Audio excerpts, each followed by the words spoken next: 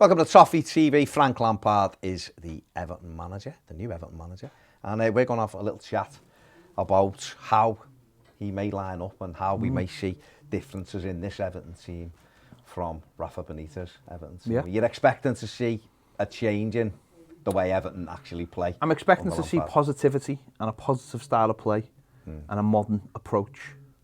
But I'm going to learn off you now what those will be. Are you? Yeah, that's what I'm going to do. Hopefully. And the audience will learn. Hopefully they will. Hopefully they will. Teach us, Baz. If Teach you don't us. know, teach you. Yeah, let's have a look at Frank Lampard's stats first before we start. So there you can see Frank Lampard, 43 years of age, the manager. He's managed Derby County and Chelsea. His manager stats are 141 games in charge with a win rate of 48.2%. It was higher at Chelsea than it was at Derby, which is what you'd expect. Lots of talk about what he may play when he comes into Everton. Obviously, Rafa Benitez played at times. He played a 4-2-3-1 at other times. He tried the 4-4-2. It seemed muddled sometimes with what he was doing. But Frank Lampard, even though he has been flexible in his career, he's generally liked a 4-2-3-1 or a 4-3-3. We have a look now on the screen with the next thing. He has favoured a 4-2-3-1 or a 4-3-3. Favoured the 4-2-3-1, learned it playing under Jose Mourinho, really. That was where it come from. And that involves Lampard likes possession-based football accompanied by an intense press. When he, in his only full season at Chelsea, only Liverpool and Manchester City had more regains than Chelsea in that season. So, you know, involving the press there and getting in on it. And if we just have a look at the graphic of how those systems may line up with Everton players. I've left the Corey out at the moment because he's injured. So, you know, Everton could line up theoretically with Mykolenko at left back, Godfrey, Mina, Nathan Patterson at right back. Talk about them in a minute. Alan and Van der Beek in almost a double pivot. And then Dele Alli further forward from that. And obviously have gone with Gray, Richarlison in wide areas and Dominic Calvert-Lewin through the middle. And the reason why I've kind of gone for in that system with the two new fullbacks is we've, you know, trying Ben Godfrey at left back. We've seen the issues there. Yeah, He's good 1v1 defensively, but going forward, we're getting nothing from him. And on the other side, obviously, Rafa Benitez used Seamus Coleman, Duncan Ferguson used John Joe Kenny. But we've bought Nathan Patterson because he is an attacking fullback. Lampard likes his fullbacks to move on and attack. So I think we may see those two phased into the team because obviously Mykolenko with that left foot will give you that balance and Patterson is attacking. And when you're playing these systems, your fullbacks are so important, aren't they? Absolutely, that's the crux of it, isn't it? Now fullbacks are your width. You've got to use them. They've got to be high up, but you've got to have that protection in midfield. It's the modern way, and we actually were part of the culture of creating this. You know, with Seamus Coleman on one side and Baines on the other side, and at some, you know, we had Gareth Barry and we had James McCarthy, and they were the perfect two. You know, again the two in front, and then the three, and then the one, and we had the perfect way of doing things that got us the record points tally under Martinez, and it worked brilliantly. And over the last few years, we've not been able to replicate that because we haven't had two fullbacks. We've had one with Luca Dean, but then on the other side, Seamus Coleman has become just a little bit, obviously, a little bit more defensive-minded because he can't go as forward as much, he can't bomb up. And not only that, he can't get back. It's a job that requires those two players to get up and down all day long, but also have that playing in midfield who can protect. And those two things haven't happened at Everton the last few years. And obviously your fullbacks as well have got to have the quality in possession, and obviously we know Mykolenko struggled in the opening couple of games at varying times, but he has got a nice left foot. We know Nathan Patterson is very attacking from what we've seen of him, so I think that's why that's what he'll try to do there, and that's why I've kind of put those two in. I think most Evertonians would want to see them in the side anyway to create this new, fresh, young attacking side. Obviously Dele has come in and he's played his best football, I think you would say, running past the striker for Spurs when he was playing off Harry Kane. Yeah. And Everton, you just mentioned it there, that, you know, Roberto Martinez was using at times a 4-2-3-1 to good effect. So is that somewhere where you see Ali being able to thrive? I think so. I think you've mentioned there the double pivot. Dele Alli will be, played in ahead of them, very much like we've talked about that side. That side has Ross Barkley in, who was a little bit different, more likely to carry the ball, but Dele Alli's got those similar attributes.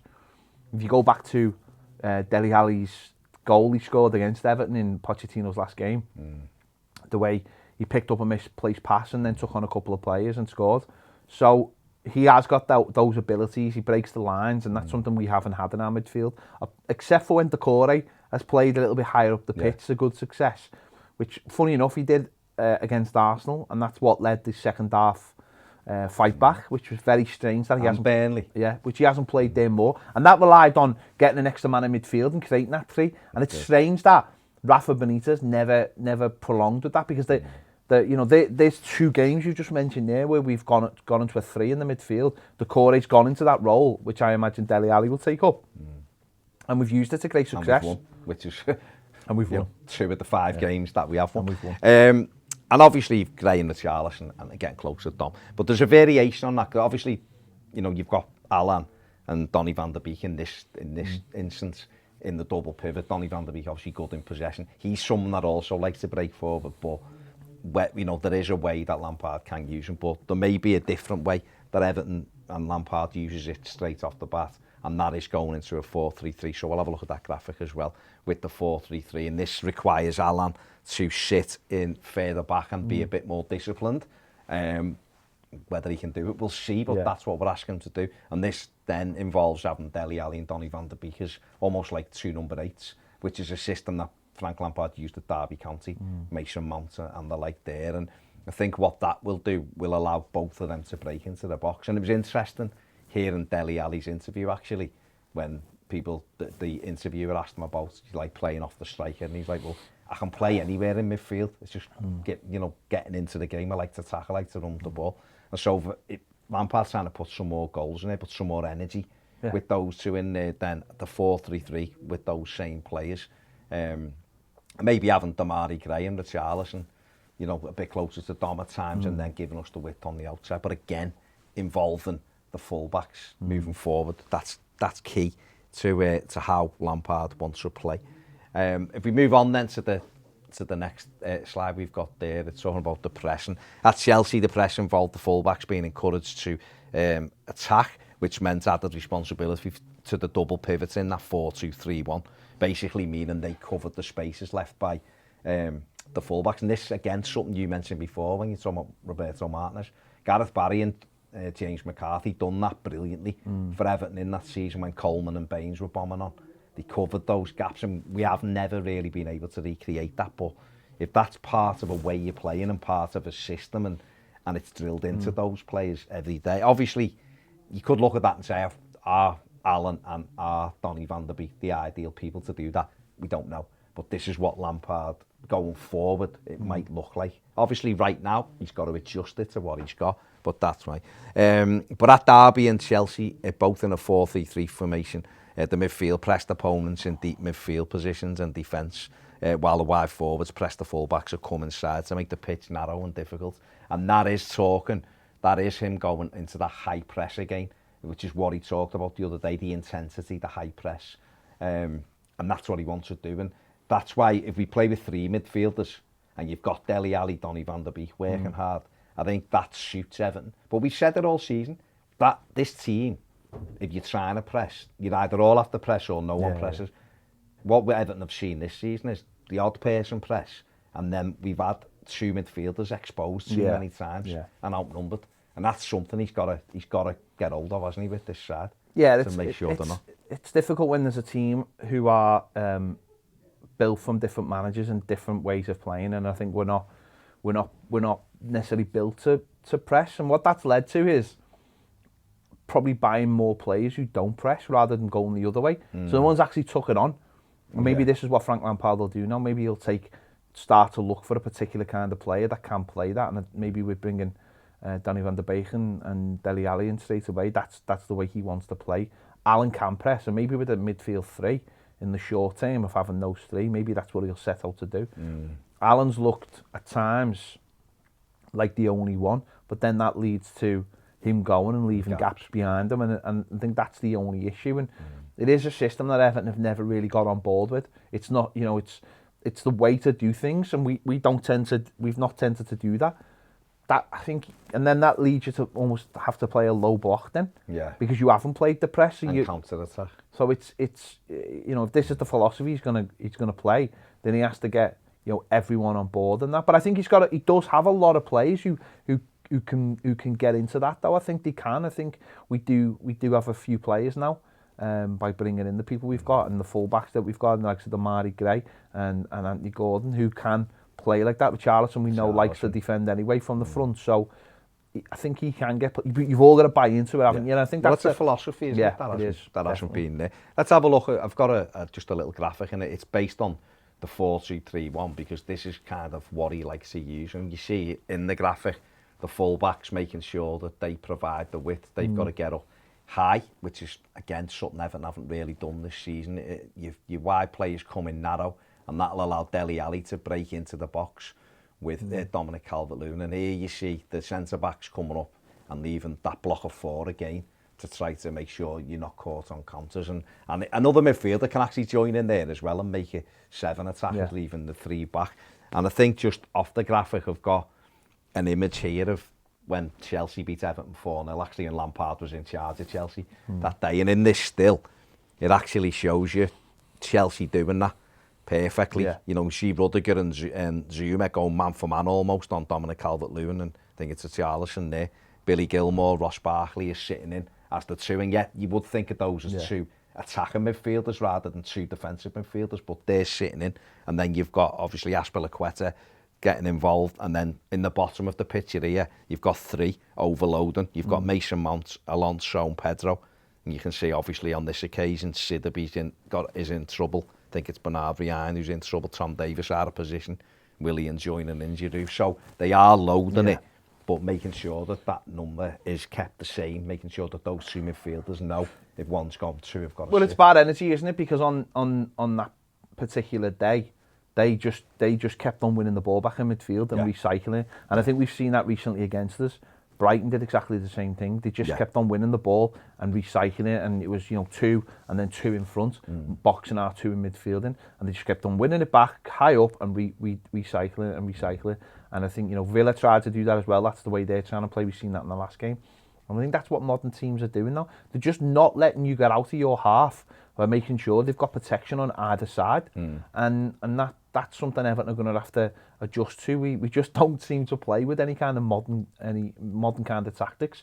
And it's Are you looking forward to that changing though? Massively, because you want to be in control of a game of football. I've said this for years. I watch Everton, and at no point, even in games where you're winning, I never feel like we're in control. And all it takes then is the opposition to, you know, have a little couple of pieces of play where they start building momentum, and you think you can see it coming. Whereas you watch the best teams in the league, or not even the best teams, just some teams in the league, where you're watching them thinking, these are in control of this game. It's going to take a lot to swing the momentum. These are pushing and pushing and pushing. And I actually think the only time it's happened this season is away at Brighton, which I think is still our best performance of the season, where I felt like at the whole game we were in control. We had a game plan and it worked perfectly. It was counter-attacking that day. It was building off the fact that we didn't expect Brighton to have many opportunities. They had a lot of the ball, and we just sat back and we counter-attacked, and it worked perfectly. And we scored off a counter-attacking goal, and we won a penalty off counter-attacking, and it worked perfectly. But I feel like that's the only day I watched the game, almost being in with a level of comfort, because I really felt like we were in control of that game. But that really happens at Everton. And I think to be a good side, you have to control the game. You have to. Yeah, if you're going to build and be successful, it comes down to having a bit more possession, looking after the football, and knowing what you're doing. And yeah, maybe you can win games the other way, of course. You can. Carlo Ancelotti proved that. Leicester proved that you can win the league with if you're playing counter-attacking. But to be a good counter-attacking side, I think you've got to be brilliant defensively. I don't think Everton. You still need that element of control, don't you? You have to look at it and say, yes, these have had a lot of possession, but how many chances have they had? And are our tactics working? And that ultimately, that's the thing about football, isn't it? Like you're saying there, it's about controlling the ball and controlling the game. And if you set out with a way of playing and it's working and then the opposition have to do something. Ultimately, if you're a good counter-attacking side, the opposition having the ball plays into your hands. So you don't mind that. You sit back and you think, right, we're all right here, we're letting them have the ball. But if you want to be, if you want to be a proper side, you've got to be able to keep the ball. Too many times it's worked the other way for us, where the opposition thinking, we'll let Everton have the ball. These will give us the ball in dangerous areas because we are so poor in possession. We are one of the worst teams in the Premier League for possession. I think that's almost being a self-fulfilling prophecy, though. I think our managers have told us that these players, you're not good enough to do this. And therefore, they've sacrificed it by, we look like we just want to get rid of the ball. Yeah. And I think the one thing Frank Lampard will do, whether it works or not in the short term, we'll have to see. But I think one of the things he will do will be very similar to what Martin has done when he come in, is that get hold of the ball, keep the ball, get confidence. Because Roberto Martinez, the one thing I would say about him is, you could tell it was an Everton team, is his team. And we did have a lot, we had the possession every week. It was just, there was fundamentals that flawed. He had flaws that he couldn't solve. But at least we kept hold of the ball, which means that we scored a lot of goals, we just couldn't keep them out. No, that was the problem, wasn't it? And hopefully, I think Lampard will try to get us on the ball more, because you make players better, give players confidence, don't tell them they can't do things, because then they become in a shell and they don't want it and they just kick it anyway. And I think that, Benitez is guilty. And ultimately that goes into the training then as well. And if you don't think your players are good enough, then are you spending hours on the training pitch trying to make that bit better, or are you trying to make another bit better? Everything becomes off the cuff as well. I don't think you can always work off the cuff. No, You'd have to do, man's the best team in the land. Just do the same patterns, processes. you can watch it, it's bang, patterns. bang, bang, you could probably spend 3 or 4 hours a day watching Manchester City train and go on a Saturday and go, wow. What I saw the other day, I'm seeing on the pitch, and there it is. Yeah. Modern football doesn't just happen. People don't just walk onto the pitch. I've said this before. It's when if you take free kicks, you practice all day. If you take penalties, you practice all day. Repetition. If you defend the set pieces, you practice all day. And it's the same with when you want to play. If you want to play nice football, nice triangles, move teams around, you have to work on it. And if we haven't been working on that to do other things, then that may be one of the problems. Yeah, definitely. Lampard's in, and we think he is going to move towards that. And he's got some issues to solve straight away. So let's have a look at some of these numbers, because they are quite frightening. And it is kind of his to-do list, which hopefully he'll be able to get to grips with. 5 wins in 20 games. Yeah. 24 goals scored, 35 conceded. 24 goals in 20 games. It is shocking, really. Everton's XG, actually, expected points total should be 25, is what we should be on right now. Still not great though, is it? No, it's not great. We've actually got 19, so we're underperforming there. We've only scored 5 first half goals, which is absolutely shocking. Yeah. And that's certainly something that has got to be changed very quickly. On to others. So if you look at this, Everton have only scored first on 4 occasions. We're 19th in the Premier League for that. We've conceded first 15 times this season in 20 games. We're 19th for that. First half goal difference is -12. We're 20th, bottom of the league with that. Second half goal difference is 1. We're 11th. Goals conceded from corners, 8. Puts us 18th in the league. We took 6 points from 42, and we've only kept 3 clean sheets in 20 games, which kind of, that tells you straight off the bat. If you can't keep a clean sheet, then you're in trouble straight away, aren't you? So they're the things he's got to try and solve, really. More goals, dead simple, isn't it? Score more, concede less, and get the team playing with a bit of confidence. To help him with that, obviously, he's brought in new coaching staff, which has freshened everything up, I think, for everybody. So, first one through the door is Joe Edwards. He's going to be the Everton assistant manager. He's 35 years of age.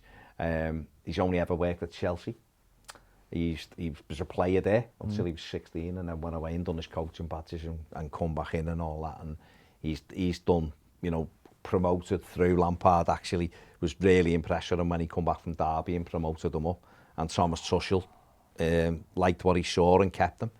He's had no success at the youth level. As under 18 side, won 2 Youth Cups, 2 Premier League South, a double in a couple of years with that. And he's been credited with bringing players through and the development of players. And apparently he's really highly rated. So it's good youth coming through there. So interesting. Alongside him, Paul Clement has come in as a first team coach. He's 50. He's had clubs have been Chelsea, Fulham, Chelsea again, PSG, Real Madrid, Derby County, Bayern Munich, Swansea, Reading and Bruges. So he's well travelled. He's obviously with Carlo Ancelotti in a few of those clubs. In his time, he's won the Premier League, the FA Cup, League One, the Champions League, World Club Cup, Copa del Rey, Super Cup, German Cup. So very experienced. Hasn't been great as a manager. No. But he's not our manager. But he's not our manager, so it doesn't matter. But is very, very highly rated as a coach. And that happens, doesn't it? With some coaches just aren't cut out to be managers. And then we've also got Chris Jones, who has come in from Chelsea. He's 45 years of age. He's a first-team coach in fitness man as well. He's been at Chelsea, Derby, and then back to Chelsea. During his time, he's been part of the coaching staff that's won 3 Premier League titles, 3 FA Cups, a Champions League, a Europa League, and a League Cup. So again, another coach that's been there, done it, has seen what elite players have to perform at to win. And then Everton have announced another member of the coaching staff, obviously very well known, in Ashley Cole, who has come in and been announced today. 41 years of age, he's another first team coach, obviously being at Arsenal, Chelsea, Roma, LA Galaxy in his playing career in Derby. He was at Chelsea's under-16s, he was coaching them. His honours in his playing career with 3 Premier League titles, 7 FA Cups, a Champions League, Europa League, a League Cup, 3 Charity Shields. He's also currently England's under-21 assistant manager with former Everton midfielder Lee Carsley, of course, who is the manager. And Cole brings not only a wealth of knowledge, but he's very highly rated as a coach, and he was a fantastic defender as well. And I think him coming in will certainly help Mikalenko, you know, playing that left-back role. But he's not long out the game, of course, and being barely experienced. So, you know, the manager as well as that, he's obviously got Duncan Ferguson still there as assistant, and also Alan Kelly, who was there before. So the coaching staff is now taking shape. There's a philosophy I think he's going to put in. Again, he's talked about high press, loads of energy, which is what I think we all want to see as fans. So what we should be seeing as we move forward is an identity, hopefully, which we've all talked about wanting. Hopefully, so it's going to be interesting ahead. Isn't it? Looking forward to it. I'm just very. Are you enthused with the coaching staff? It all looks very good. All looks very modern. People who've got high standards, have all won trophies, who are all very ambitious, and they all want to, I imagine, get stuck into the job and make this team better. And that's what it's all about. We've got these set of players now for the rest of the season. Let's get the most out of them, the most out of all of them, you know, and hopefully that leads us to get enough points that we're okay in the league. And who knows, you know, start with a win on Saturday and let's see what happens in the FA Cup. We'll take it from there. Absolutely. There you go. Let us know what you think in the comment section. Whether you're enthused by Frank Lampard and his coaching staff. It is, of course, like anything, results. Results will dictate, won't they? But, you know, hopefully, young manager, good coaching staff behind them, Everton will start to go in the right direction, and we can build on something and buy into something that's going to last longer than a year. So let us know what you think in the comment section. Well, make sure you give the video a thumbs up, subscribe if you haven't, and if you want more videos, including daily live videos, come over and join us on Patreon. The link is in the description. See you later.